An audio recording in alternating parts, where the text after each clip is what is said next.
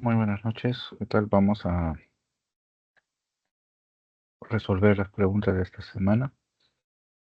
Eh, sí, esta semana corresponde a la literatura del siglo de oro. Sí, vamos a hablar de El Quijote y de ahí vamos a dar un salto hasta el siglo XIX. Así que vamos a ir viendo a través de las preguntas. Ujú.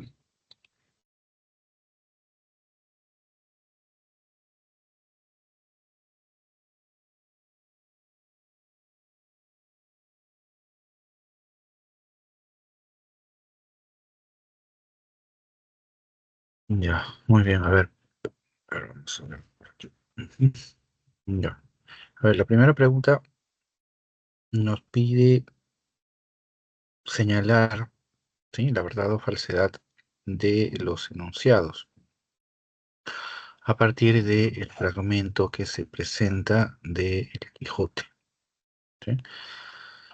Entonces, definitivamente hay que leer primero el fragmento, ¿no? Y luego cotejar con las alternativas. Entonces dice, en un lugar de La Mancha, cuyo nombre no quiero acordarme, no ha mucho tiempo que vivió un hidalgo de los de lance en astillero, adarga antigua, rocín flaco y galgo corredor. Tenía en su casa una ama que pasaba de los 40 y una sobrina que no llegaba a los 20, y un mozo de campo y plaza que así ensillaba el rocín como tomaba la podadera. Frisaba la edad de nuestro hidalgo con los 50 años. Era de complexión recia, seco de carnes, enjuto de rostro, gran madrugador y amigo de la casa. Quieren decir que tenía el sobrenombre de Quijada o Quesada, que en eso hay alguna diferencia en los autores que de este caso escriben, aunque por conjeturas verosímiles se deja entender que se llamaba Quijana. Pero esto importa poco a nuestro cuento, basta que en la narración de él no se salga un punto de la verdad. Ujú. Muy bien, entonces, a partir de ahí, vemos la verdad o falsedad de los enunciados. Dice, presenta el entorno familiar de Alonso Quijano. Eh, bueno, está mencionando a su sobrina, ¿no? Menciona a su sobrina, menciona a su... em, por acá menciona...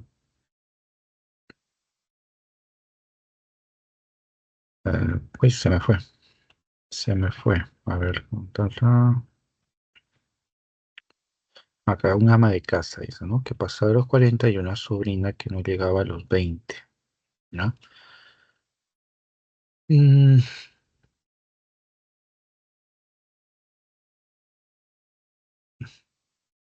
bueno, sí, el entorno familiar, ¿no? Podría ser, aunque solamente menciona a la sobrina, ¿no? Los demás son los criados, pero sí, es el ámbito doméstico, puede ser.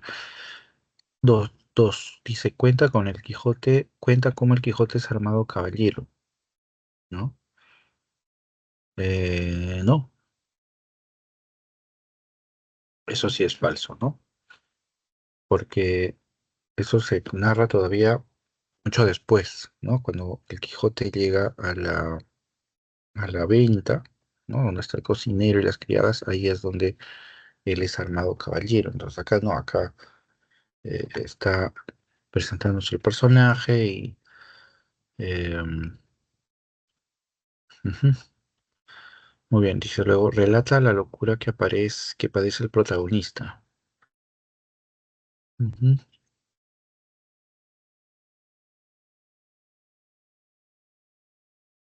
No, exactamente, ¿no? Solamente lo presenta, menciona luego a la ama, luego su edad, un poco lo describe físicamente y luego empieza a hablar sobre su nombre, ¿no? Entonces, en esta parte no relata la locura el Quijote. Así que, ujú. Y la 4 dice, describe la fisonomía de quien será el Quijote. Bueno, aquí va describiendo, ¿no? Un poco sus rasgos físicos. Entonces, aquí la clave, ajá, correcto, es la D, ¿no?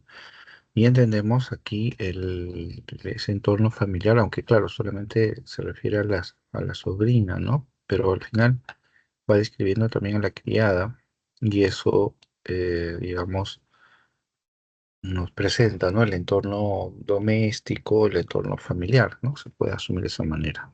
Ujú. Muy bien.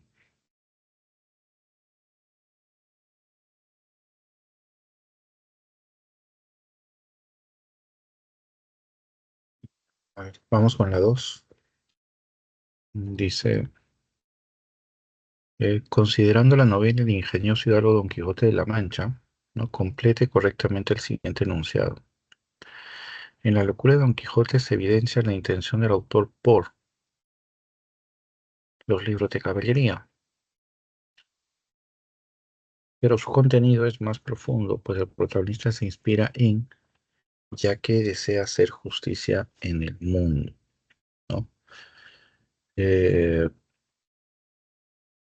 claro, acá la clave es la D, ¿no? Que es el principio básico del libro.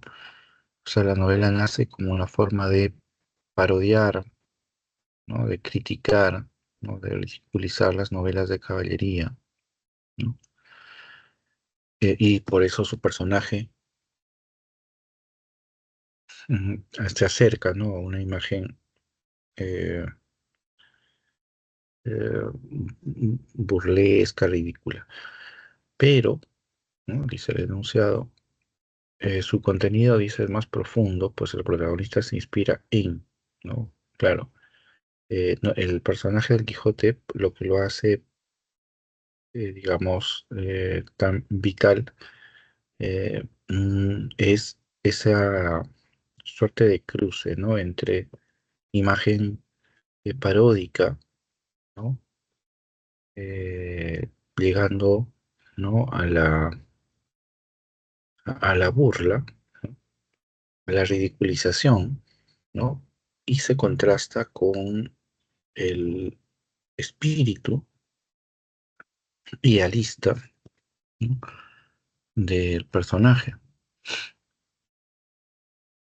Esos dos niveles o esas dos dimensiones es lo que le da, ¿no? Esa fuerza que caracteriza al personaje, ¿no? Entonces, eso es lo que lo va a caracterizar sobre todo. Las demás alternativas, la A, tan solo por el término exaltar, ¿no? Y la E por valorar, inmediatamente ya la podemos eliminar, ¿no? Porque el carácter de la novela, sabemos, tiene este carácter crítico, cuestionador.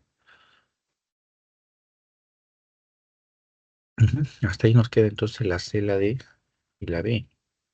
Y luego dice, ¿no? Pero su contenido es más profundo, pues el protagonista se inspira en, ¿no? La fama y la codicia, eso es falso, ¿no? El Quijote no es codicioso ni tampoco busca, ¿no? Sobresalir, ¿no? La fama. Y dice, la vez se anula porque presenta, dice, al personaje con una visión realista, ¿no? Sabemos que en realidad el Quijote, su mirada, ¿no? Su visión, ¿no? Es a partir de los contrastes, ¿no? Si por un lado nos muestra la realidad, por otro lado nos está mostrando la ficción, ¿no? Y la mirada, por ejemplo, del personaje tiende a mezclar esas dos dimensiones, ¿no? Entonces, la novela misma, ¿no? Entonces, no es una novela de carácter realista, ¿no? Como para decir que presenta esta visión. Así que por ese motivo, la B no es la clave, ¿no? Y nos quedamos con la D. Ujú. Muy bien, vamos con la 3.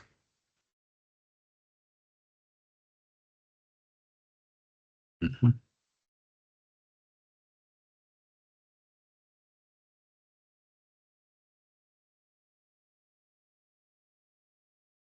La 3 dice, ¿no? Dice, marque la alternativa que completa correctamente la siguiente afirmación. Hacia el final de la novela, el ingenioso Hidalgo Don Quijote de la Mancha de Miguel de Cervantes, P dice, se produce el intercambio de psicologías entre los protagonistas, ¿no? Se produce el intercambio de psicologías entre los protagonistas. Em, claro, acá se está refiriendo, ¿no? Al proceso, ¿no? de transformación de los personajes, ¿no? Donde el Quijote se transforma o va adquiriendo rasgos de Sancho y Sancho va adquiriendo rasgos del Quijote, ¿no? Que es un proceso que se desarrolla a lo largo de la novela, ¿no? Y que tiene, digamos, un punto más visible, ¿no? Eh, en la parte final, ¿no? Donde el Quijote recobra la razón, ¿no? A tal grado que inclusive llega a rechazar las novelas de caballería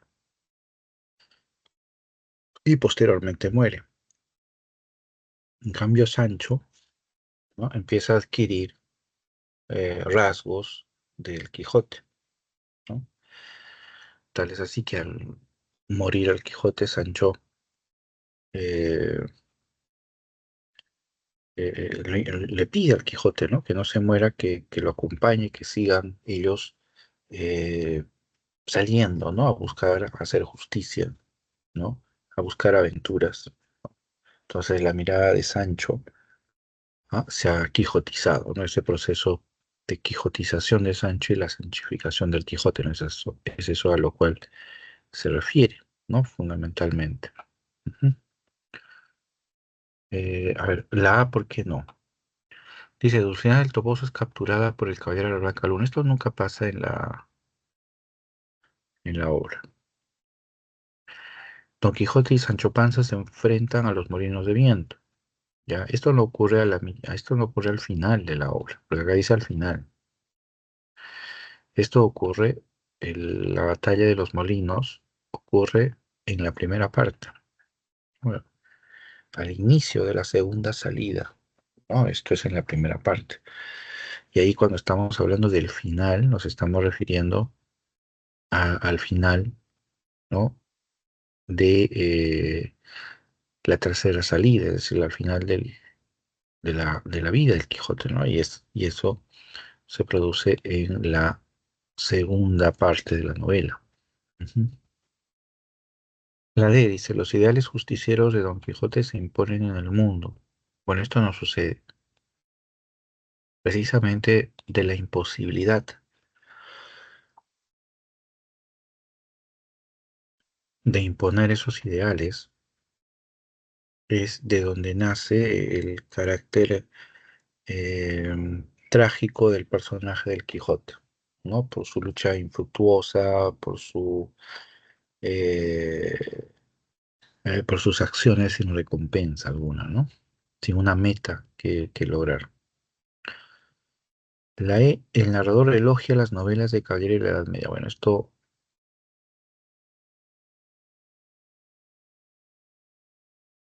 ya se puede observar claramente que no es por lo que venimos señalando, ¿no? El carácter paródico de la novela, la intención de criticar, de ridiculizar las novelas de caballería. Y eso es precisamente parte también de la voz del narrador, de la voz del autor. Ujú. Entonces, pero no los elogia, ¿no? Acá dice que los elogia y eso no es así, ¿no? Que no hay un tono crítico. Ujú. Muy bien.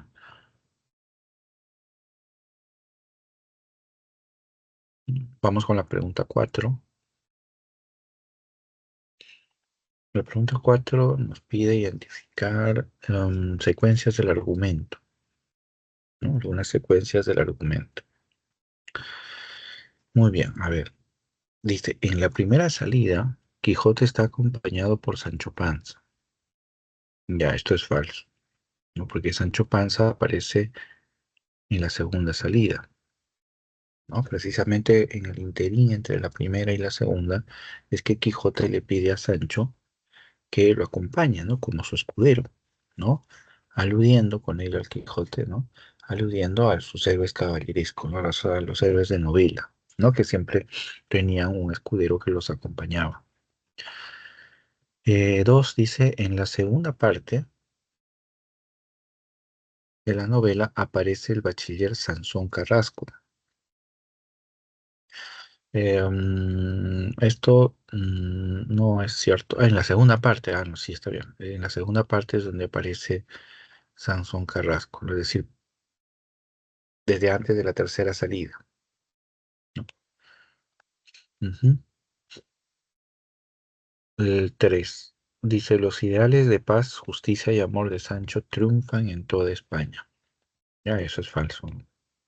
Pero para empezar, esos ideales son del Quijote, no de Sancho, ¿no? Y nunca se produce un triunfo, ¿no? Así sea del Quijote, nunca se produce ese triunfo en toda España. Así que no es. Ujú. Ahora vamos con la 4. Dice, en la tercera salida, Quijote es armado caballero andante en Montiel, ¿no? Acá nuevamente hay un error. El Quijote es armado caballero en la primera salida, ¿no? Después de que se aventura el Quijote en su primera salida, el Quijote decide, ¿no? O toma en cuenta que alguien tiene que bautizarlo, ¿no? Y por eso que cuando llega a esta venta, que para el Quijote es un castillo, ¿no? Le va a pedir al cocinero, que para él es el rey, que lo bautice, ¿no? Como caballero andante, ¿no? Y eso es lo que sucede posteriormente, ¿no? Entonces, eso no sucede en la tercera salida. Entonces es falso. La 4 dice, al final de la novela, Quijote dicta su testamento y muere en su cama, en su casa. ¿Sí? Correcto, eso es verdadero, ¿no? Al final él recobra la razón, como decíamos hace un momento, y prueba de ello es que él redacta su testamento y luego muere. Muy bien, entonces acá tenemos nosotros la 2 y la 5. La 2 y la 5. Acá está, ¿no? La A entonces sería la clave. Ujú. Muy bien, ahí la A.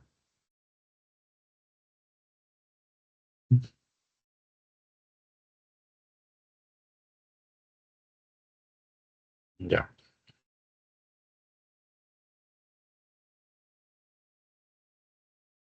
pero vamos con la 5. Dice, marque la alternativa que contiene la característica formal de rimas, ¿no? De Gustavo Adolfo Bécquer, presente en los siguientes versos de la rima 77, ¿no? Mm, La característica formal. Ujú. Dice, dices que tienes corazón y solo lo dices porque sientes sus latidos. Eso no es corazón, es una máquina que al compás que se mueve hace ruido, ¿no? Ujú. Muy bien. Aquí la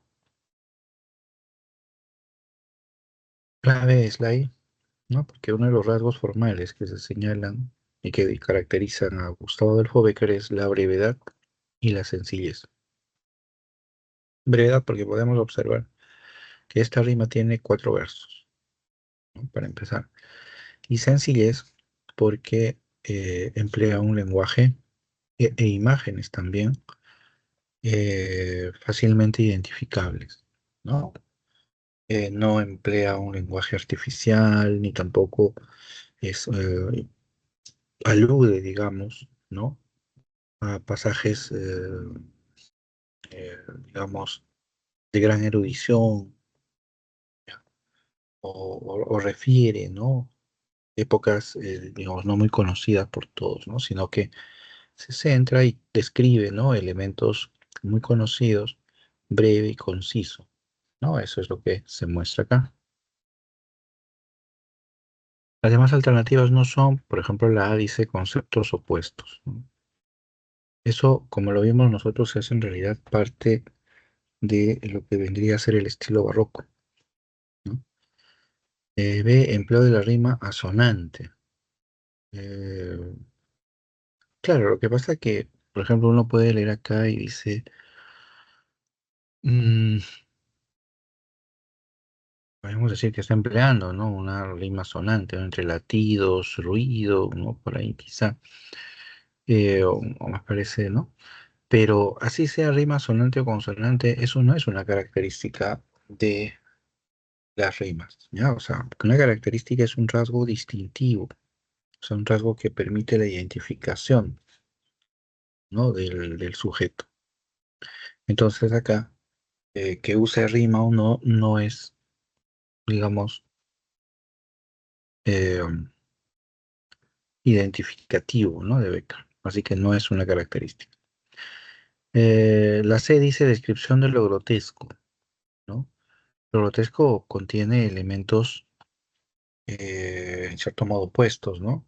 La imagen angelical de una persona con su carácter demoníaco, por ejemplo, ¿no? Ese contraste es lo que produce el efecto, ¿no? Grotesco, ¿no?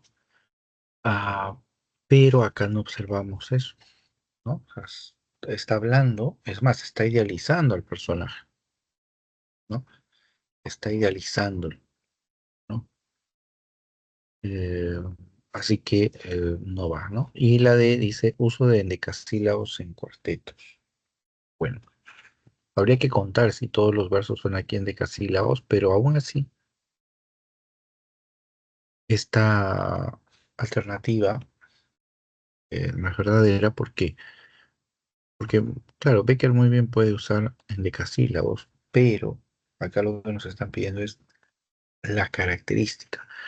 Y el uso de una métrica determinada no distingue, no singulariza a la poesía de Becker. ¿No? ¿Por qué? Porque todos los demás poetas también lo usan.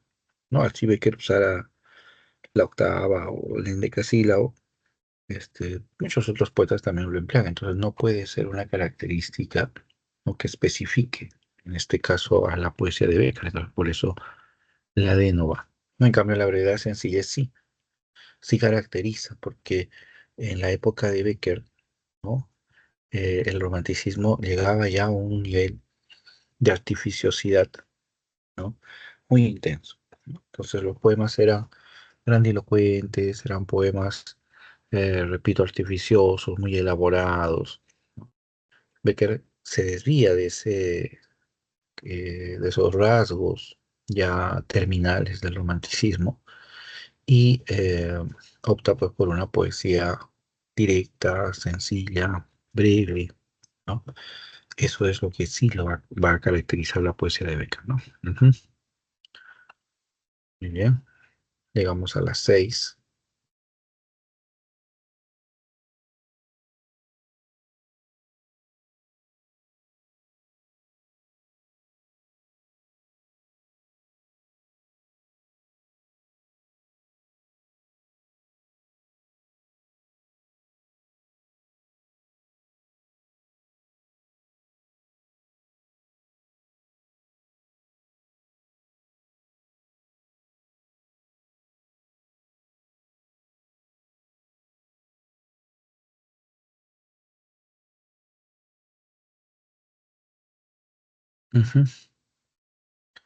Muy bien, a ver, las 6.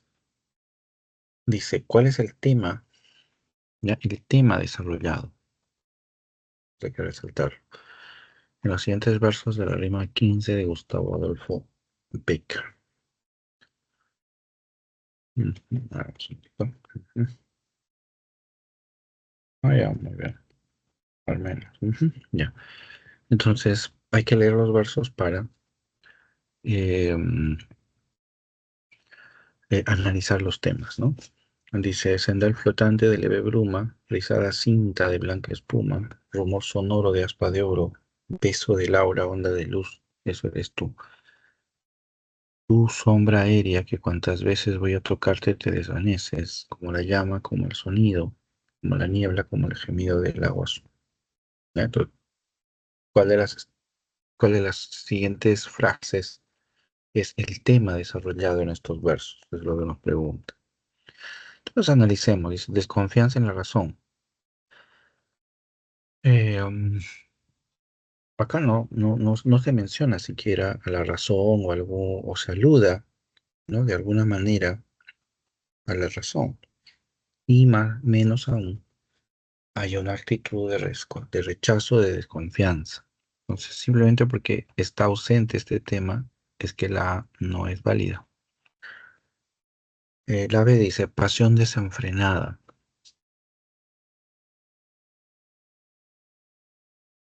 Ah, claro, para que sea desenfrenada, el poema tendría que hablar de exaltación, ¿no? De un estado intenso, ¿no? De furor. Pero no, no, el poema es sobrio, ¿no? Describe la bruma, ¿no? El sonido del arpa, y luego más abajo habla de la sombra aérea, ¿no? Que quiere tocarla, pero luego se va, ¿no? Como la niebla, dice, ¿no? Entonces, eh, no hay esta intensidad de la pasión, ¿no? Esta fuerza de la pasión. Ujú.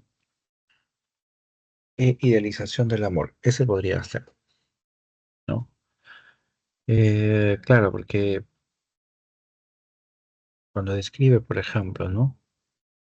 Dice sendal flotante de leve bruma, rizada cinta de blanca espuma, rumor sonoro de harpa de oro, beso de aura, onda de luz, eso eres tú, ¿no? Es decir, todos esos elementos, ¿no? Digamos, etéreos, ¿no? Podría ser, ¿no?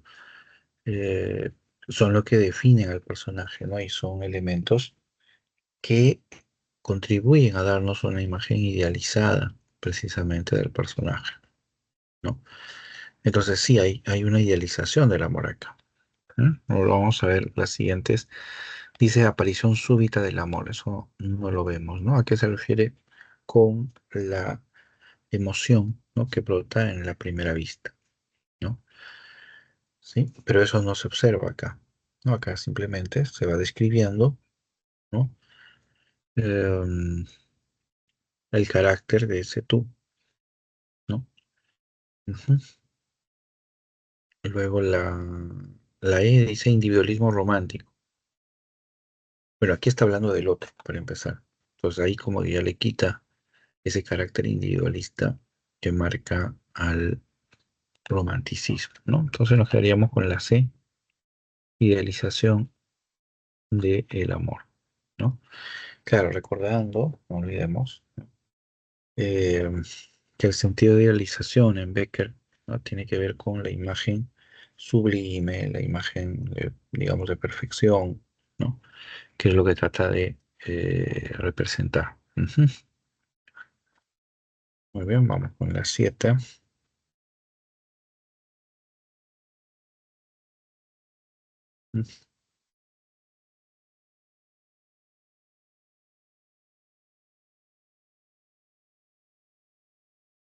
Dice la 7, ¿no? Con respecto a las primeras líneas de la leyenda El rayo de luna de Gustavo Adolfo Bécquer citadas a continuación, marque la alternativa que contiene la afirmación correcta. Ujú. Dice, yo no sé si esto es una historia que parece cuento o un cuento que parece historia. Lo que puedo decir es que en su fondo hay una verdad muy triste de la que acaso yo seré uno de los últimos en aprovecharme, dadas mis condiciones de imaginación. Eh, pero acá se nos está preguntando simplemente cuál es la afirmación correcta en torno eh, al fragmento, ¿no? Que se ha citado. Ujú.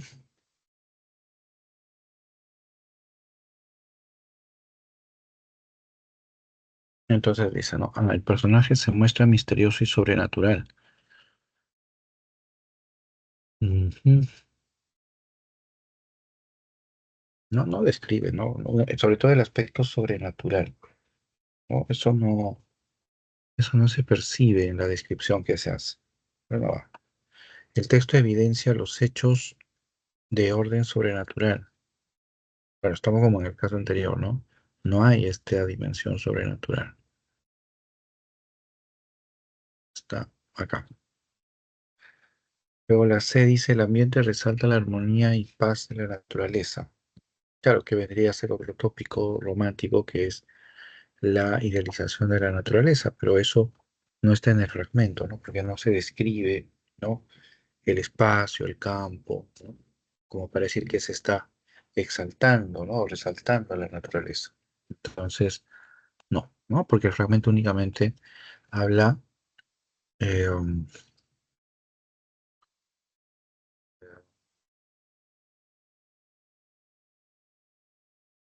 claro, habla de este tono de confesión, ¿no? Que es lo que va marcando ahí. Ujú. Entonces, no va.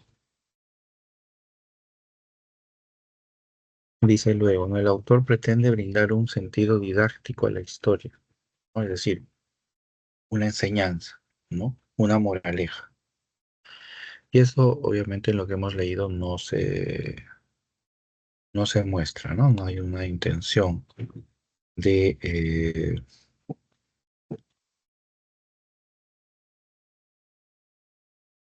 dar una enseñanza, ¿no? Y dice el narrador destaca el elemento legendario del relato. Claro, porque acá el narrador dice claramente que él va a tomar esa leyenda y luego la va a trasladar a la escritura, no la voy a escribir, dice, ¿no? Entonces, ¿no? ¿No? Por ahí donde dice, voy a aprovecharme, ¿no? Dadas mis condiciones de imaginaciones. Entonces ahí está hablando de este paso, ¿no? El de la dimensión legendaria a la escritura, ¿no? Que es, digamos, el paso, el recorrido que plantea el romanticismo, ¿no? Ujú. Y la E dice, el narrador destaca el elemento legendario del relato, que es lo que estábamos mencionando, ¿no? Esa es la clave. Ujú. Muy bien, llegamos a la 8 y aquí hay un fragmento extenso. El enunciado dice, ¿no? Respecto de lo grotesco de la característica de la leyenda de Gustavo Adolfo Bécquer, en la leyenda la jorjadora se manifiesta cuándo, es decir, cuándo o de qué manera se manifiesta el tema o la estética de lo grotesco, ¿no? Entonces habría que leer acá en este fragmento para precisar pues, ese punto, ¿no? Ujú. A ver, leemos. Dice, al fin abrió los ojos, tendió una mirada y un grito agudo se escapó de sus labios. Ujú. Ahí está. La catedral estaba llena de estatuas, estatuas que vestidas con luengos y no vistos ropajes, habían descendido de sus huecos y ocupaban el ámbito de la iglesia y que le miraban con sus ojos sin pupila. Santos, monjes, ángeles, demonios, guerreros, damas, pajes, cenobitas y villanos le rodeaban y confundían en las naves y en el altar. A sus pies oficiaban en presencia de los reyes, de hinojo sobre sus tumbas, los arzobispos de mármol que él había visto otras veces inmóviles sobre sus lechos mortuorios, mientras que arrastrándose por las losas, trepando por los machones, acurrucados en los doseles, suspendidos en las bóvedas, pululaban, como los gusanos de un inmenso cadáver, todo un mundo de reptiles y alimañas de granito, quiméricos, deformes y horrorosos, ¿no? Ajá. Entonces dice, respecto a lo grotesco, se manifiesta cuándo, o sea, en qué parte de este fragmento es que nosotros podemos decir, sí, aquí está el elemento grotesco, ¿no? Entonces la clave es la A, que se concibe lo grotesco mezclando con seres inanimados, ¿no? Porque, claro, tiene que ver esta suerte de vinculación, ¿no? Entre elementos contrastantes, ¿no? Ajá. La B dice, aprecia el mundo de lo sobrenatural y de lo extraordinario. Es coincidente, ¿no? No es que sea fundamental o fundacional esos temas, ¿no? De lo sobrenatural y lo extraordinario, ¿no? Se encuentra en mundos lejanos, caótico e inquietantes, ¿no? Bueno, no alude el fragmento, ¿no? A esta posibilidad de los mundos lejanos, así que por ahí podemos nosotros anularlo. La D dice, fusiona con el amor en busca de la felicidad y el sacrificio. Ujú.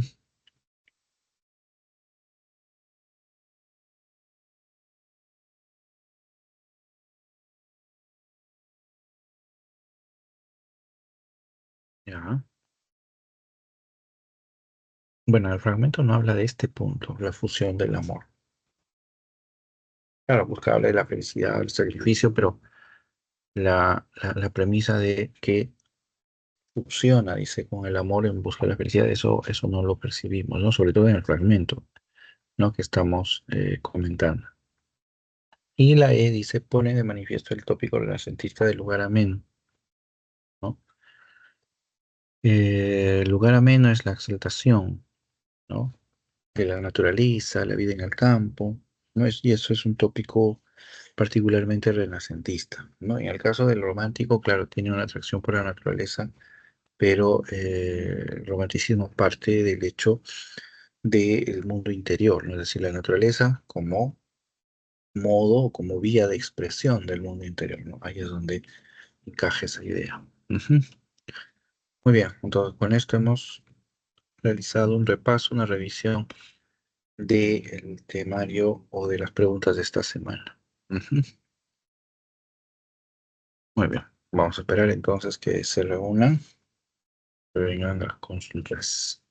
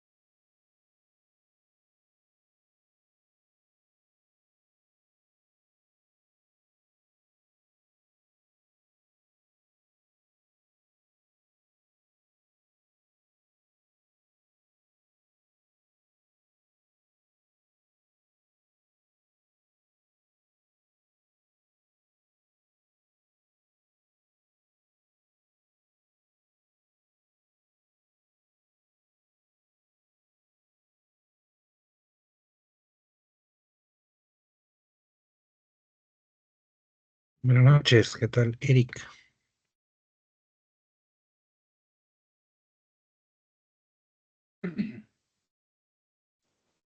Hola, profe, buenas noches.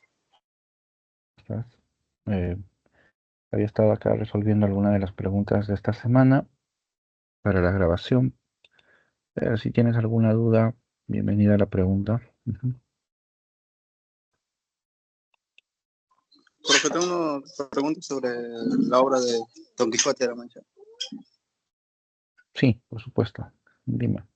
Sobre por qué Sancho Panza quiso estar todavía aún con Quijote, si sabiendo que estaba medio loco.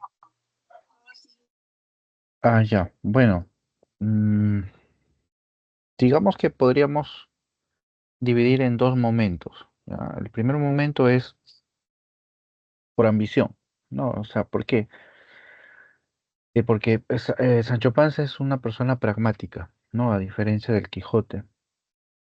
Y entonces el Quijote, para convencer a Sancho de que lo acompañe, le promete que le va a dar dinero, ¿no? Le promete que todos digamos, las fortunas que obtengan, inclusive las provincias que conquisten, eh, se las va a dar, ¿no? Parte de ellas se las va a dar a Sancho, ¿no? Además le promete que lo va a nombrar gobernador de alguna de esas provincias que conquista. Entonces, lo que mueve a Sancho al inicio es ese aspecto material, ¿no? La búsqueda, ¿no? De lo material, que es lo que va a caracterizar a Sancho. Ya luego, posteriormente, avanzando y desarrollándose las aventuras,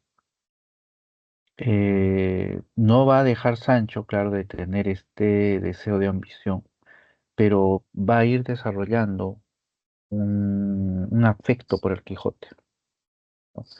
Y ya hacia el final de la historia, ¿no? Sancho, digamos, está unido al Quijote más por un lazo emocional, digamos, ¿no? Tal es así que cuando el Quijote va a morir, ¿no? Sancho eh, l- ya no le interesa en ese momento el dinero ni la fortuna, sino le interesa que el Quijote lo acompañe, ¿no? Que vuelva, ¿no? Que vuelvan los dos a marchar en aventura, ¿no? Entonces, digamos, esos dos momentos podrían ser los que distinguen el lazo de Sancho con el Quijote, ¿no? Primero la ambición, la avaricia y luego el afecto, ¿no? Que Sancho va a tener hacia el Quijote. Lo mismo también en el caso del Quijote, ¿no? Entonces, y ahí es donde también tiene que ver este tema de la quijotización que atraviesa Sancho, ¿no? Porque de la actitud pragmática, por conveniencia que actúa Sancho al inicio, luego está el Sancho más idealista, ¿no? Por lo cual este, acompaña al Quijote también, ¿no? En gran medida. Sí, ese sería el motivo, digamos. Ujú.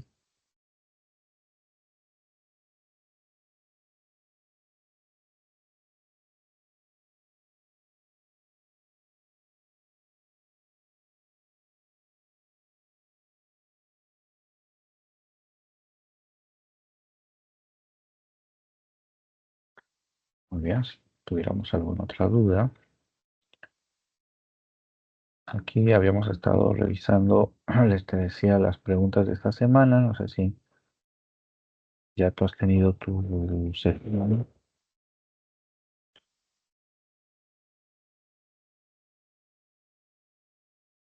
Ah, hoy es 13 de mayo. Sí. Ujú. Muy bien.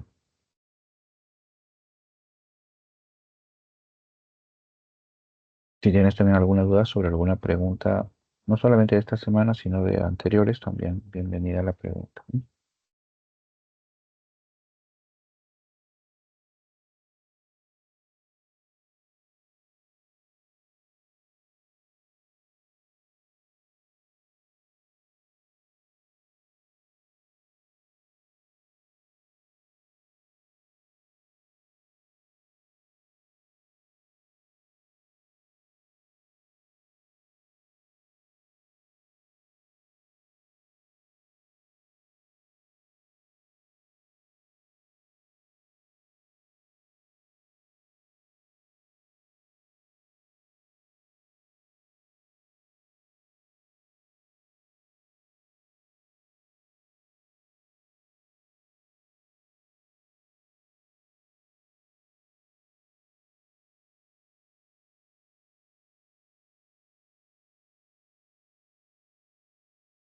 tengo una pregunta. Sí, dime. Ujú. Sobre si Quijote tendría algún familiar que se preocupe sobre de él, o estaba solo. Mm, bueno, el Quijote, cuando inicia la novela, se habla de em, su criada y, bueno, Mary Turner, ¿no? Mary Turner, que es el que quien lo cuida, por ejemplo. Y ella aparece, ¿no?, en varios pasajes y, digamos, sería el personaje, aparte de Sancho, ¿no?, uno de los personajes, digamos, más cercanos al Quijote, ¿no? Eh, no lo acompaña en sus aventuras, pero sí lo protege, lo cuida, ¿no? Sobre todo en la etapa final, ¿no? Cuando él ya va a morir. Ujú. Sí, ajá,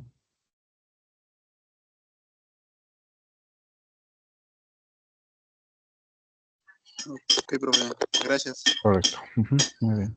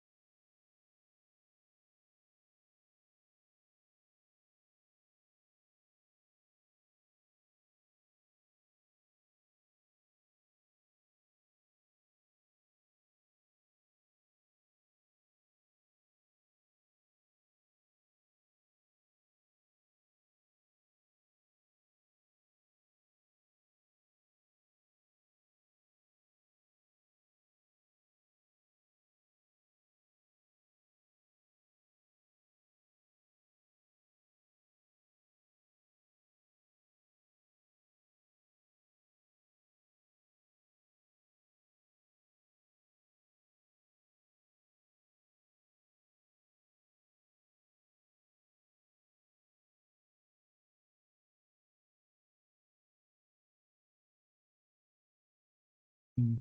Buenas noches, Ingrid, ¿qué tal? ¿Cómo estás? Oye, profesor,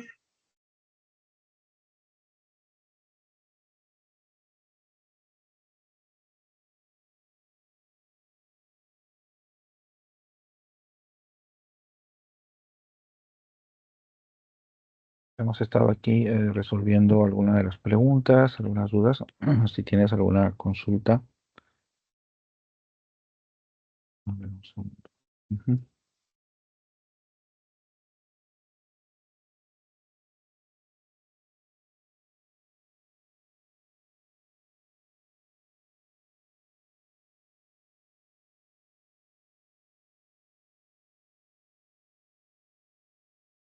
Ya, correcto. Ujú.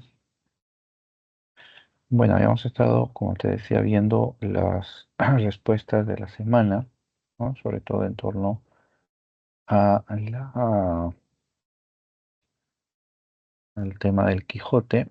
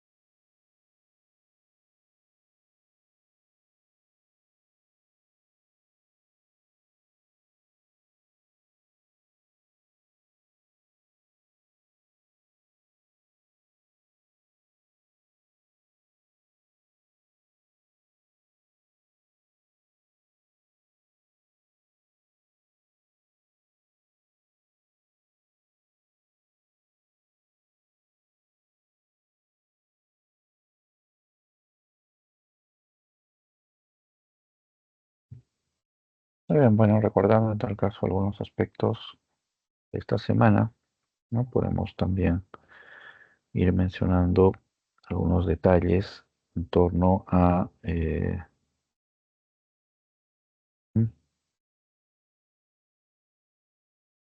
esta obra, ¿no? Bueno, en esta semana, ¿no? Corresponde trabajar la narrativa de Miguel de Cervantes y específicamente la novela de Don Quijote. Aquí es importante tener en cuenta, ¿no? Que esta novela se publica en dos partes, con 10 años de diferencia, y que es una novela, en realidad, que se va desarrollando progresivamente, ¿no? Es decir, a medida que va escribiéndose, la novela se va proyectando, ¿no? Se va planteando. Eh, Básicamente, los hechos que ocurren en la primera parte tienen que ver con dos eventos muy importantes, ¿no? El primero que es en la primera salida cuando el Quijote es armado caballero, ¿no? Es uno de los eventos importantes. Y el otro evento es en la segunda salida, ¿no? Cuando acompañado ya de su escudero, el Quijote se enfrenta a los molinos de viento, ¿no? Que viene a ser una de las imágenes más representativas de la novela, ¿no? Más simbólicas sobre todo, ¿no? Otro detalle importante de la novela es bueno, personaje no, es la alusión al árabe Cide Hamete Benengeli, ¿no? A quien Cervantes adjudica la autoría de la novela, ¿no? Este rasgo es una estrategia que emplea Cervantes precisamente para eh, intensificar este juego barroco de los opuestos, ¿no? De la ruptura entre la realidad y la ficción, que es el fundamento en el que se sostiene el estilo barroco, ¿no? Es decir, el Quijote, en cuanto a estilo barroco, se plasma en la constitución de esa realidad o de ese mundo de la novela. ¿Ya? O sea, lo barroco en el Quijote no está en el lenguaje, precisamente. No es un lenguaje alambicado, artificioso, sino está en el planteamiento precisamente de este juego de la realidad y la ficción, ¿no? Además de otros contrastes. Entonces, dentro de ese juego, llamemos, Cervantes propone la aparición de este autor, ¿no? Cide Hamete Benengeli. Y Cervantes se va a ubicar ahí, ya no como el autor del Quijote, sino como un traductor, ¿no? Todo, repito, es parte del juego que realiza Cervantes, porque en la realidad Cervantes es el autor del Quijote, ¿no? Pero va creando esta línea de ambigüedad, ¿no? Que es el que también forma parte del mundo de la novela. Y así, ¿no? La novela juega precisamente con esos aspectos de realidad y ficción, ¿no? Y no solamente por parte del Quijote, ¿no? O sea, no es solamente el Quijote quien va planteando esos mundos de ficción y realidad, ¿ya? Sino inclusive también los propios amigos del Quijote, ¿no? Muchas veces para tratar de, eh, digamos, ayudar al Quijote, ¿no? Terminan creando también mundos de ficción en medio de la realidad, ¿no? Como cuando, por ejemplo, el Quijote estaba, digamos, recuperándose de la primera salida, ¿no? Porque el Quijote termina malherido en esa primera salida. El cura y el barbero, queriendo ayudar a la regeneración del Quijote, deciden quemar su biblioteca, ¿no? Y esconder algunos libros. Cosa que cuando el Quijote se despierta y, y pregunta por sus libros, le dicen, o sea, le inventan una ficción, ¿no? Le dicen que un mago, el mago Frestón, había venido y se había llevado todos sus libros, ¿no? Entonces, ahí, por ejemplo, los propios personajes que rodean al Quijote van creando también ese juego de ficción y realidad, ¿no? Que es lo que, eh, por ejemplo, al final también se presenta, ¿no? Con el personaje de Micomicona, ¿no? Que se usa, ¿no? Ahí para tratar de convencer al Quijote de que regrese, ¿no? A la aldea, ¿no? Entonces, ahí, ese es el punto en el que la novela marca precisamente su estilo barroco, ¿no? Ujú, muy bien. A ver, ¿qué tal, Laura? ¿Cómo estás? Estaba simplemente comentando en líneas generales algunos aspectos de esta semana. Si tienes alguna pregunta puntual, bienvenida a la pregunta. Abre el micrófono o escríbelo en el chat para poderlo desarrollar. Y bueno, ¿no? Dentro de la segunda parte, ¿no? Uno de los aspectos importantísimos de la novela es la aparición del personaje de Sansón Carrasco, que es un personaje eh, que en cierto modo eh, sintetiza, digamos, los aspectos de Sancho y el Quijote, ¿no? Sansón Carrasco es una persona letrada, es una persona muy instruida, ¿no? Pero no está, digamos, en esos mundos de fantasía como el Quijote. Em, es más una mirada realista, ¿no? La que Sansón Carrasco va a tener. Y es en esta segunda salida donde el Quijote, la novela, acentúa principalmente su juego barroco, ¿no? Aquí es donde se produce sobre todo este deslizamiento de la psicología de los personajes, ¿no? Esta quijotización y esta sanchificación que atraviesan los personajes. Ajá. Y es ahí donde aparecen eventos importantes como por ejemplo el gobierno de Sancho en la ínsula Barataria, ¿no? Una ínsula que no existe, pero con el cual el Quijote, pues todo eso es producto de una broma, ¿no? Pero el Quijote pretende, otorgándole esa gobernatura a Sancho, recompensar a su escudero, ¿no? Con la promesa que él le había brindado, ¿no? Y con la cual lo había convencido para acompañarlo, ¿no? En su viaje. También está la aventura del Toboso, ¿no? Que es donde este, el Quijote y Sancho viajan hasta el Toboso porque el Quijote quiere presentarse ante Dulcinea, ¿no? Y ahí es donde aparece la llamada Dulcinea Encantada, ¿no? La anécdota también es muy representativa, ¿no? Sancho y el Quijote, ¿no? Se están acercando hacia el Toboso y Sancho está muy, digamos, preocupado, ¿ya? Porque en una anterior ocasión el Quijote había enviado a Sancho a buscar a Dulcinea y Sancho le había mentido al Quijote, ¿no? Le había dicho que sí, había visto a Dulcinea y demás, pero no era cierto. Y entonces en esta segunda ocasión Sancho estaba preocupado porque Quijote le iba a descubrir la mentira, ¿no? Que no había ido él hasta el Toboso y no había visto a Dulcinea. Y entonces a Sancho se le ocurre, ¿no? Eh, se le ocurre un plan. Mientras ellos avanzan por el camino, ven que se les acerca unas mujeres, unas campesinas, y confiando Sancho en la imaginación del Quijote, Sancho señalando a una de las campesinas, ¿no? A una de ellas que se llamaba Aldonza Lorenzo, le dice, ¿no? Que ella es Dulcinea. Sin embargo, el Quijote en esa ocasión no fabula, o sea, no cree ese mundo de ficción, sino que ve la realidad en sí. Y lo que observa el Quijote no es a Dulcinea, sino a Aldonza Lorenzo, ¿no? Y de eso se sorprende el Quijote, ¿no? Y entonces Sancho no sabe qué hacer, ¿no? Porque el Quijote no está viendo a Dulcinea, sino está viendo a Aldonza Lorenzo, ¿no? A la campesina. Y ahí es donde a Sancho se le ocurre la siguiente idea. le dice al Quijote que ella es, ¿no? Dulcinea, solo que ha sido hechizada.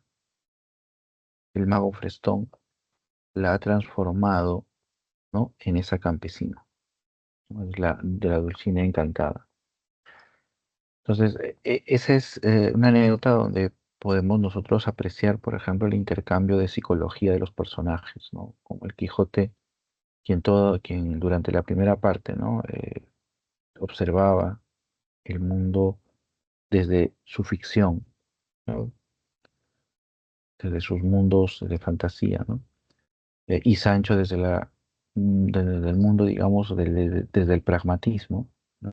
Ahora se invierte, ¿no? Y Sancho es el que crea la fábula y el Quijote es el que mira la realidad, ¿no? Objetiva. Y ese es el proceso, ¿no? Que van a seguir atravesando también los personajes a lo largo de esta segunda parte, ¿no? Y otro de los eventos importantes de esta segunda parte es la aparición de El Caballero de la Blanca Luna, ¿no? Que no es otro que el bachiller Sansón Carrasco, quien, confabulado con el cura y el barbero, eh, finge Sansón Carrasco ser un caballero y reta a duelo al Quijote, ¿no? O sea, el plan era muy concreto, ¿no? Ellos querían vencer al Quijote en, en un duelo, porque según las normas de caballería, cuando el caballero es derrotado, este se tiene que retirar a su aldea, ¿no? Entonces, ese era el plan, ¿no? Derrotarlo para que Quijote retorne a la aldea.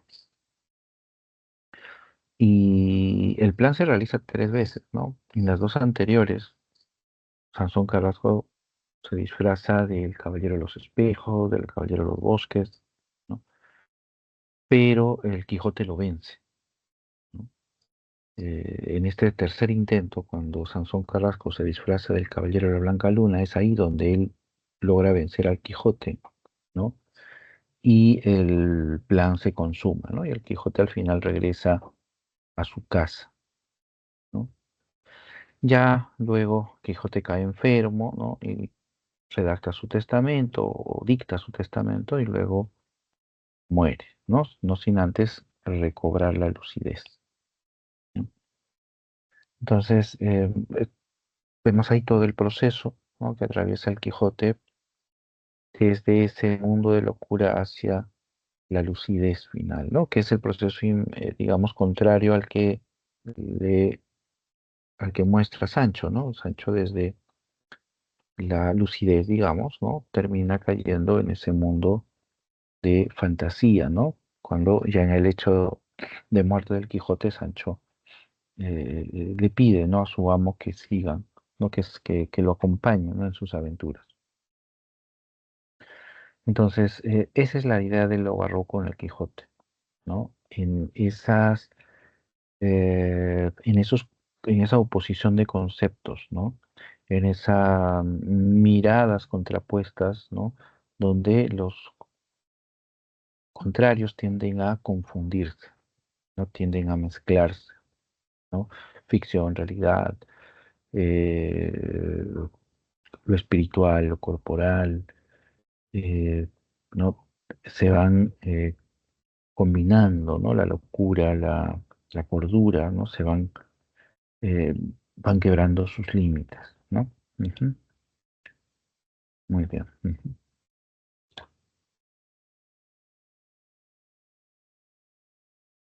Bueno, acá en el tema de las 3 variantes del lenguaje, ¿no? Que es el llamado estilo cervantino, ¿no? ¿Por qué este rasgo es importante? O sea, el rasgo consiste en que en la novela Cervantes caracteriza a los personajes a partir del habla, o sea, los diferencia, los distingue, ¿no? Entonces, tenemos el habla señorial del Quijote, el habla coloquial de Sancho, ¿no? Eh, y dentro de ese habla, por ejemplo, un lenguaje del narrador también, ¿no? Que también lo van a compartir otros personajes, ¿no? Entonces, ¿esto por qué es relevante? Lo que pasa es que la narrativa anterior, la del Quijote, es una narrativa que tiende a la idealización, no solamente de la realidad, de los temas, sino también del propio lenguaje, ¿no? De tal manera que en las novelas anteriores, ¿no?, los personajes no marcan ninguna diferencia en el lenguaje que emplean, ¿no? Para decirlo de alguna manera, el paje habla de la misma manera que el rey, ¿no? Puede ser con un lenguaje muy refinado, igual que los nobles, por ejemplo. ¿Por qué? Porque no hay esta distinción, no hay esta caracterización, porque los personajes y el ambiente, ¿no?, de esa narrativa tiende a la idealización, como señalamos. Entonces, el Quijote, como es eh, o Cervantes, ¿no?, como plantea el Quijote como una suerte de crítica o de parodia a la narrativa anterior, entonces se distancia de esa idealización del lenguaje y lo plantea, por el contrario, como un medio, precisamente para definir y caracterizar, sobre todo a los personajes populares, ¿no?, que es en lo que abunda, sobre todo, este, la novela, ¿no?, con respecto al habla popular, ¿no? Y eso es lo que lo distingue, sobre todo, ¿no?, al Quijote. Ujú. Muy bien.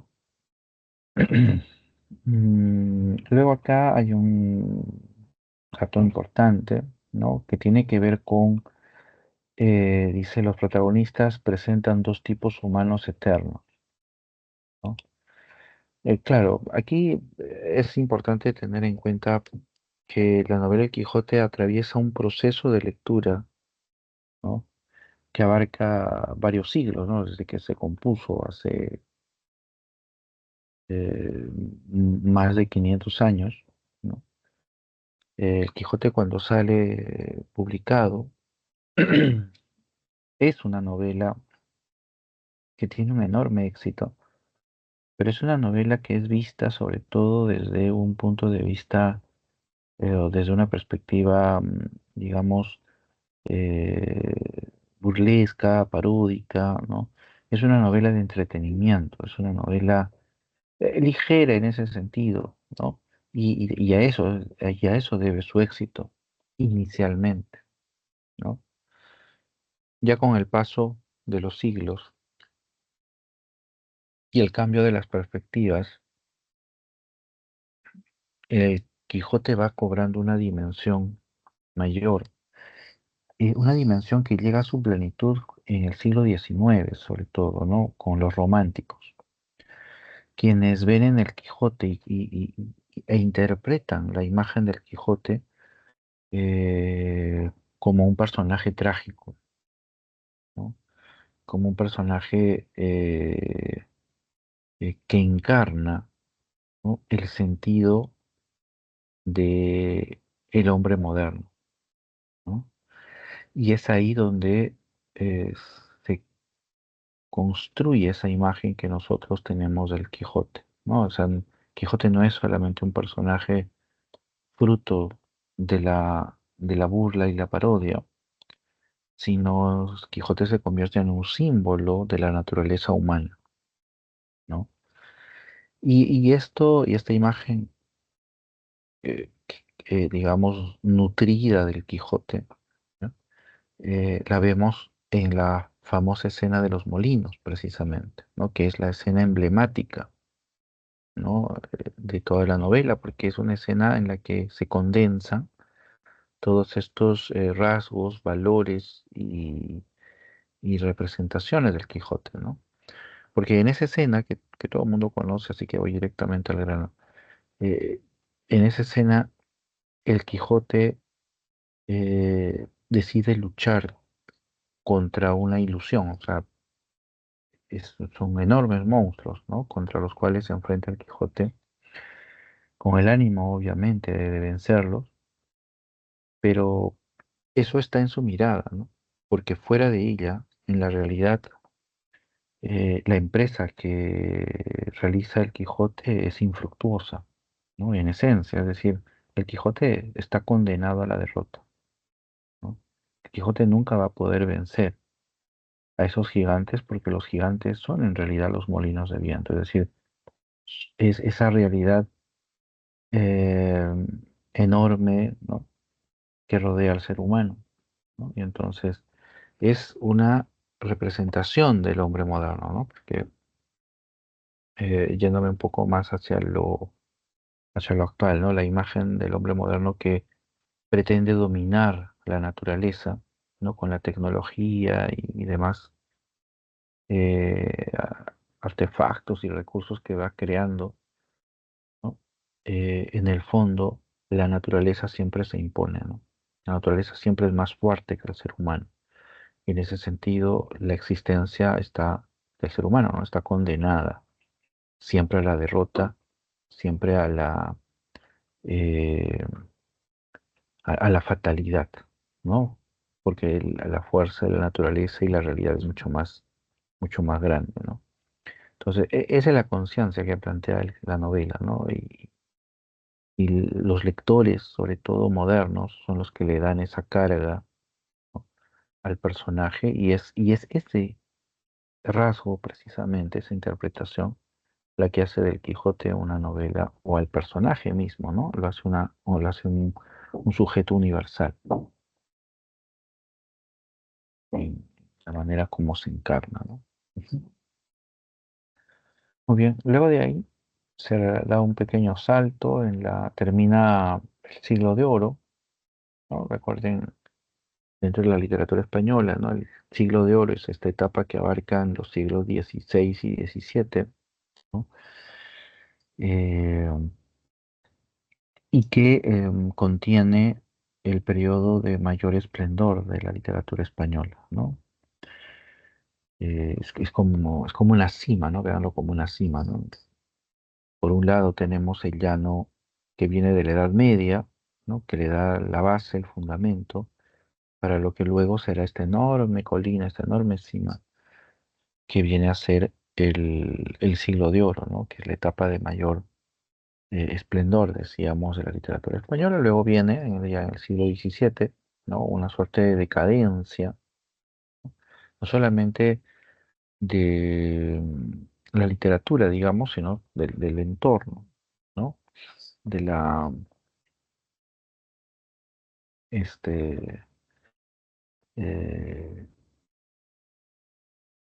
sí, de las cuestiones políticas, ¿no? Las cuestiones sociales, económicas, van desplazando, ¿no? Ese imperio español y con y con él también la época, ¿no? De esplendor de España, ¿no? Y después empieza un periodo de decadencia que llega hasta el siglo XIX, en uno de los momentos más eh, complejos, ¿no? Del mundo español, ¿no? Del país, ¿no? Eh, sí, ahí en el siglo XIX tenemos ese famoso año, ¿no? De 1898, ¿no? Llamado el año del desastre nacional, ¿no? Que es un año simbólico por la decadencia en la que se sume España, ¿no? Entonces, el siglo de oro es eso, ¿no? Es la etapa de gran esplendor, ¿no? Por eso, y ahí están los grandes modelos, ¿no? Está Quijote, está Calderón, está, tan solo por mencionar lo que estamos trabajando, ¿no? Pero ahí también añadimos a Góngora, añadimos a Lope de Vega, ¿no? Y otros autores más que van a fortalecer la tradición española. Muy bien, llegamos al siglo XIX y nos topamos con el romanticismo español. Y acá se destacan algunas características del romanticismo, ya que se han visto, ¿no?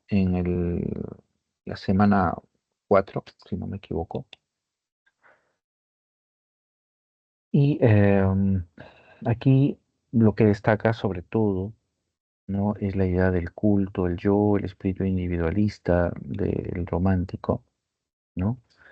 Eh, Hay que siempre tener presente, ¿no? Que la naturaleza del romántico es o nace como una reacción, ¿no? Contra el racionalismo, contra el pragmatismo, contra el pensamiento burgués, contra la ciencia, ¿no? El romántico desconfía de esos ámbitos, ¿no? Y lo que busca, sobre todo, es cultivar, ¿no?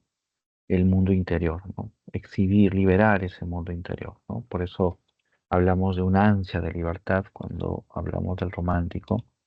Y también la idea del culto al yo, ¿no? Que está centrado precisamente en ese mundo interior, ¿no? El romántico exalta su yo, exalta su naturaleza, porque el romántico en esencia encarna los valores o los ideales precisamente, ¿no? Que contrapone, ¿no? A ese mundo moderno, a ese mundo racionalista, ¿no? Ujú. Aquí se introduce un nuevo término que no se vio anteriormente, que es el de la angustia metafísica. La angustia metafísica tiene que ver con la actitud del romántico, ¿ya? Que al rechazar el mundo de la ciencia, el racionalismo y todo lo demás, ¿no? Desconfía de eso. El romántico encuentra un espacio en lo sobrenatural, en lo desconocido, ¿no? Y en ese sentido, ¿no? Se inclina por esos ambientes de misterio, ¿no? De lo desconocido, ¿no? Lo legendario y demás, ¿no? Porque para el romántico ese es el ámbito, ¿no? Ese es el ámbito donde reina precisamente ese mundo de la subjetividad, ese mundo de la imaginación, ese mundo de lo desconocido que lo identifica, ¿no? Pero ¿no? Ese espacio es, vamos a decirlo así, acaso contradictorio para el romántico, porque si el romántico sabe bien que ese es un mundo, digamos, al cual pertenece, digamos, es un mundo desconocido, ¿no? Es un mundo misterioso, ¿no? Y entonces la manera en la que el romántico tiende a representar esa realidad es a través de recrear, ¿no? eh, estas imágenes eh, que expresan, ¿no? Lo sobrenatural y que generan, ¿no? Esa angustia, ese temor, esa ansiedad, ¿no? Eh, um, Hablemos, por ejemplo, de la novela de terror, ¿no? Que es lo que encontramos nosotros, por ejemplo, en esta vertiente del romanticismo, ¿no? Hablemos, por ejemplo, de los relatos de Edgar Allan Poe, por ejemplo, ¿no? Donde encontramos esta inclinación precisamente por explorar, ¿no? Las profundidades misteriosas del ser humano, la, ¿no? La locura, la fantasía, ¿no? El misterio, ¿no? Entonces, es ese, ¿no? El ámbito hacia el cual se dirige el romántico. A eso nos referimos con el tema de la angustia metafísica, no del romántico. Que en el caso de Becker lo vamos a encontrar en sus leyendas, ¿no? Principalmente. Ajá. Ahora, en el caso de Becker, acá se estudian dos obras, poesía y prosa, rimas y leyendas. Son las dos obras que se trabajan en la clase. Veamos rápidamente. En el caso de rimas, eh, una cuestión que hay que destacar es el aspecto formal, ¿no? Son poemas breves, promedio tienen unos 10 versos. Algunos son un poco más extensos, ¿no? Pero algunos son muy breves, tienen 4 versos nada más. Y también una gran sencillez formal, ¿no? Es decir, no es muy, no emplea expresiones muy retorcidas ni palabras, digamos, muy rebuscadas, eruditas, ¿no? Eh, hay que tener en cuenta un poco el contexto para poder entender este aspecto formal de la poesía de Becker. Becker se ubica en la segunda mitad del siglo XIX. ¿Ya? Recordemos que el romanticismo aparece a fines del siglo XVIII y luego se extiende, ¿no? Aparece en Alemania, Inglaterra y luego se extiende en Europa y llega a España mm, más o menos en el segundo cuarto, digamos, del siglo XIX. Y va a encontrar, ¿no? El romanticismo español su época de auge a mediados, ¿no? Casi a mediados del siglo XIX. Eh, pero el romanticismo español va a terminar, ¿sí? Cobrando un carisma muy artificioso, ¿no? Es decir, el romanticismo va a llegar a un extremo de eh, producir un lenguaje, em, digamos, muy adornado, muy em, sugerente, podríamos decir, con eh, con un melodramatismo, con un sentimentalismo muy elevado, con un lenguaje muy retorcido, con muchos adornos, mucha artificiosidad, ¿no? Y ese es el entorno en el que se desarrolla la poesía de Becker, ¿no? Es decir, la poesía de Becker se distingue, ¿no? Porque en medio de ese romanticismo eh, muy recargado, ¿ya? Muy subjetivo, muy... em, hay un término ahí que ahorita se me acaba de ir. Muy melodramático, quizás podríamos usar esa palabra. eh, sí, con muchos adornos y demás, se contrapone el lenguaje o las formas o la poesía de Becker, ¿no? Directo, con un lenguaje formal, muy sencillo, ¿no? Y con poemas breves. Entonces, por eso descuella, en este caso, la poesía de Becker, ¿no? Y ya yéndonos un poquito a lo subjetivo, ¿no? Por eso también Becker encarna esta idea eh, de la expresión sincera, ¿no? Porque la sencillez en la forma de su poesía, es decir, liberada, ¿no? Liberada de esos artilugios, ¿no? Que emplean los poetas románticos, eh, Becker declara una poesía, repito, sencilla, directa, y eso contribuye a la impresión de sinceridad, ¿no? Que es lo que marca sobre todo el tono de la poesía de Becker, ¿no? Entonces, eso es lo que se destaca acá, ¿no? Y por eso estos rasgos de poemas breves y sencillez formal son rasgos distintivos en realidad, son características de la poesía de Becker. Ajá, muy bien. Ahí, ¿qué tal Doris y también Gustavo que han ingresado? Estábamos comentando por aquí algunas cositas de esta semana. No sé si tienen ustedes alguna duda en particular, alguna pregunta. Sí, bienvenidas las preguntas. Sí. Ujú. También la pueden escribir por el chat también, ¿ah? Así que tienen el permiso de interrumpirme en cualquier momento. Bueno, y entonces en el desarrollo de las rimas, ¿no? Se aborda como tema central el amor idealizado, ¿no? El tema del amor idealizado se plasma en la novela, perdón, en las rimas, con la imagen constante. En las rimas hay una voz que teóricamente le vamos a llamar hablante lírico, ¿no?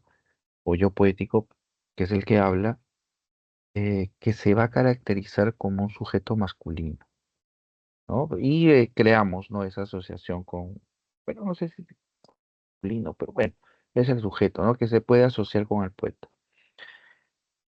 Pero lo que sí distingue es el sujeto femenino del cual habla o hacia el cual también se dirige muchas veces. Entonces se va creando esta imagen de, eh, de vinculación amorosa entre los dos, ¿ya? Y lo que se destaca es la manera en la que el poeta va describiendo ese sujeto femenino, ¿no? Destacando siempre características etéreas, sublimes, inacibles, ¿no? Con lo cual va brindando una característica, eh, digamos, sobrenatural, no, idealizada, ¿no? Un rasgo idealizado al, al sujeto, y en ese sentido, ¿no? El sentimiento, en este caso el amor, se idealiza también, ¿no? Y se convierte en una expresión del amor espiritual, ¿no? De la idea de la unidad, de la complementariedad, ¿no? Que es también lo que va a marcar, por ejemplo, la idealización del amor dentro de esta poesía. Ujú. Muy bien. Y ahí es donde se desarrollan los demás temas, ¿no? El deseo amoroso, el amor como ilusión imposible, el amor platónico, ¿no? La aparición súbita del sentimiento amoroso, ¿no? Acá uno de los conceptos claves es el amor platónico también, ¿no? Que es el que en gran medida alimenta el concepto del amor idealizado. Y aquí como comentario, ¿no? Se mencionan los tres tipos de mujer que configura o que constituye la poesía, bueno, la literatura de Beckett, ¿no? La mujer ideal, ¿no? Que es la que se describe más en la poesía, ¿no? La que es descrita a través de rasgos sublimes o inacibles o etéreos, ¿no? Luego está la mujer poesía, que también está presente en las rimas y se distingue porque se asocia como motivo de inspiración o como representación precisamente de lo que es la poesía, ¿no? Y luego está el personaje de mujer fatal, ¿no? Que es una construcción propia del romanticismo, eh, que se plantea como un personaje tipo dentro de la literatura moderna, ¿no? Y la mujer fatal se constituye sobre la contraposición de un rasgo físico que alude a lo angelical, a lo divino, y a lo seductor sobre todo, ¿no? Y un espíritu, por el contrario, guiado no por antivalores, ¿no? Entonces hay este carácter de seducción, ¿no? Que es lo que va a marcar este personaje, ¿no? Pero a la vez también su espíritu perverso, ¿no? Entonces es esa mezcla, ¿no? Lo que va a marcar la naturaleza de este personaje de Mujer Fatal, que es un personaje que sobre todo lo encontramos en las leyendas, ¿no? En este conjunto de relatos que Becker presenta, ¿no? En este libro, ¿no? Relatos que él toma de las leyendas populares. Y aquí es donde aparece, sobre todo en varios de ellos, este personaje de Mujer Fatal, ¿no? Pero yendo hacia las leyendas de manera puntual, son un conjunto de relatos que Becker toma de la tradición popular y que lleva a la literatura, ¿no? Y que los presenta a través de una estructura literaria, ¿no?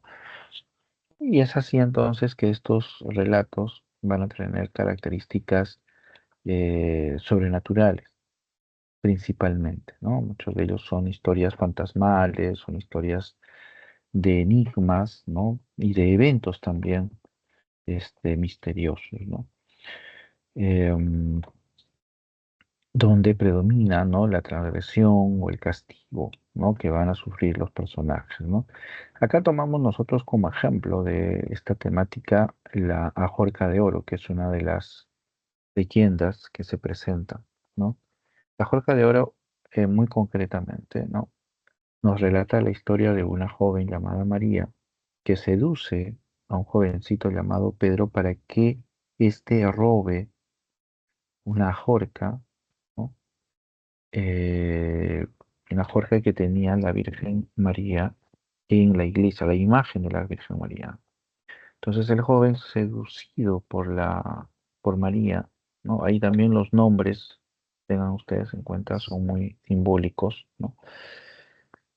Entonces Pedro decide ir a robarle a la Virgen, pero cuando está en la iglesia, ¿no?, y está trepado, ¿no?, encaramado ahí donde están los altares, eh, de pronto será sorprendido por la mirada de la Virgen, ¿no? Que de pronto se fija en él la imagen y Pedro cae y pierde la razón, ¿no? Pero consigue el dije,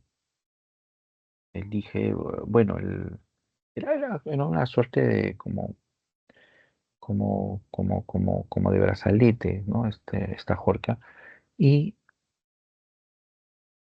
María lo obtiene de esa manera, ¿no? Pero Pedro pierde la razón. Entonces lo que se observa en el relato es precisamente la naturaleza del personaje de María, ¿no? Un personaje cuyo nombre habla precisamente de lo angelical, ¿no? Y de perdón, el relato la describe, ¿no?, como un ser este, eh, seductor, ¿no?, pero se contrapone con ese espíritu perverso, ¿no?, que es lo que al final va a llevar a Pedro a tener que robarle a la Virgen María, ¿no? Y que luego no le va a importar, ¿no? O sea, a María no le va a importar lo que le sucede a Pedro, solo le va a importar el haber obtenido lo que quería, ¿no?, que era esta joya. Entonces ahí es donde se describe la naturaleza de este personaje y el concepto o la imagen de, en este caso, la mujer fatal, que es un ejemplo de lo que vendría a ser dentro del romanticismo lo grotesco, ¿no? La imagen de lo grotesco, ¿no? La manera en la que la belleza se vincula con lo monstruoso o lo deforme, ¿no? Que es parte también de, del planteamiento del romanticismo, ¿no? Muy bien, y ahí acá se han añadido, ¿no?, algunos poemas. Bien, esto fue un comentario así rápido, general, sobre los temas de esta semana. Ya cada uno en sus clases también, ahí se van a profundizar más estos temas. Bien, no sé si hay alguna pregunta, nos quedan unos minutos. No sé si hay alguna duda, alguna pregunta. Puede ser de esta semana o también de las semanas anteriores. Ujú. Buenas noches, profesor. Yo tengo una duda en el ejercicio 4 de esta semana. Ya, dime, ¿cuál es la duda? Ahí la voy a poner ahora. Acá está. Este es el ejercicio 4, ¿no? Acá nos pide sobre el argumento, ¿no?, del ingenioso Hidalgo. La clave es la A, 2 y 5. En tal caso voy explicando, ¿no?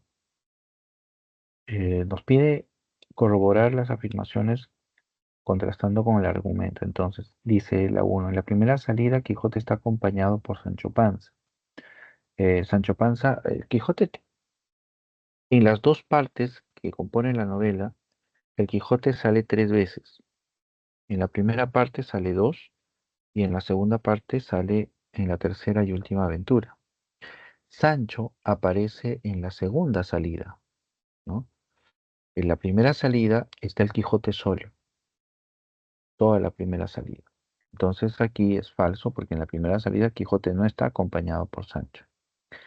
En la 2 dice, en la segunda parte de la novela aparece el bachiller Sansón Carrasco. Eso es cierto, en la segunda parte. No está hablando de la segunda salida, sino en la segunda parte, ¿no? Y es ahí donde aparece. Justo antes de que vayan a salir los nuevamente, ¿no? En la tercera salida, Sancho y Quijote, ahí es donde tenemos al bachiller Sansón Carrasco. 3 dice, los ideales de paz, justicia y amor de Sancho triunfan en toda España. Bueno, para empezar, esos ideales no son de Sancho, los casos son del Quijote. Y en tercer lugar, así sean del Quijote, no triunfan en España, ¿no? Por el contrario, ¿no?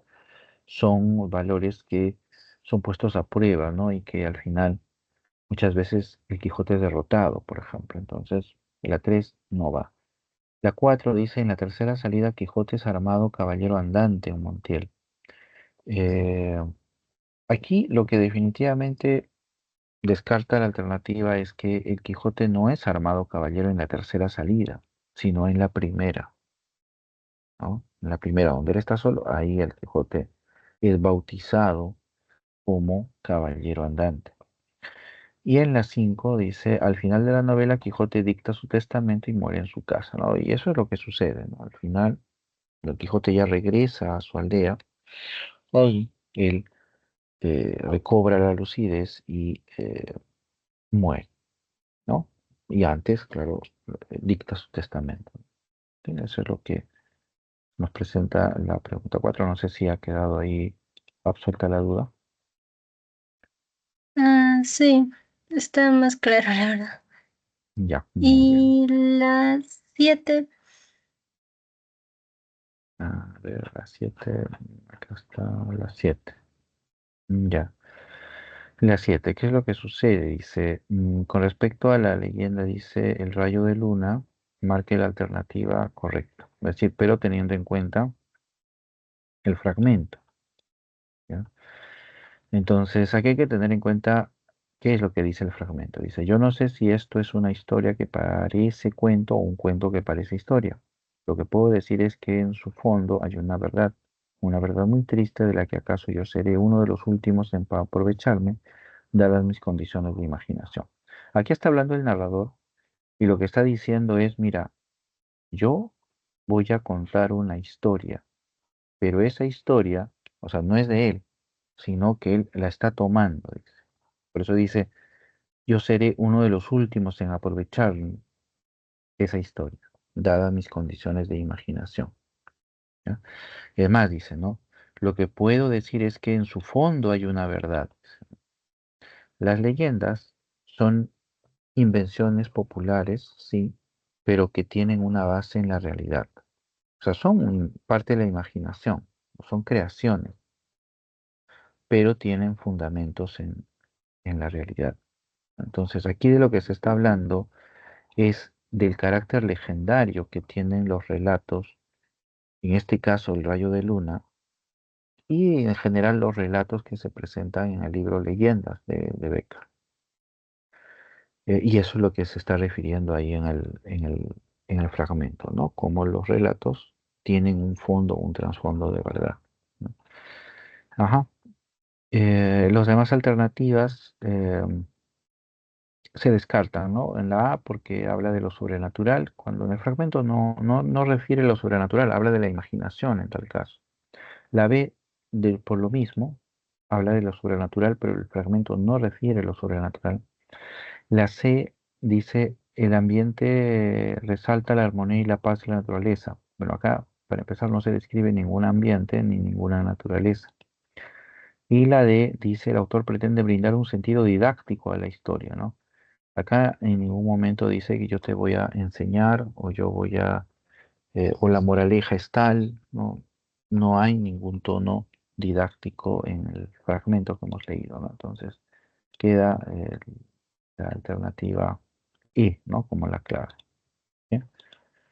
Muy bien, sí, espero que con esto se hayan aclarado algunos puntos. Vamos a terminar ya consultas académicas. Muchas gracias a todos por su atención y también por sus preguntas. ¿Sí? Profesor, una rapidita, ¿no? Dime, dime. En la primera parte son dos salidas, ¿no? Y en la segunda parte es una salida. Sí, correcto. En la primera parte de la novela, las dos primeras salidas, y en la segunda parte se realiza la última salida, que es la tercera, ¿no? Ujú, Ok, correcto. profesor, gracias. Muy bien, muy bien. Nos vemos entonces. Muchas gracias. Continúen entonces. Nos vemos la siguiente semana. Hasta luego. Gracias.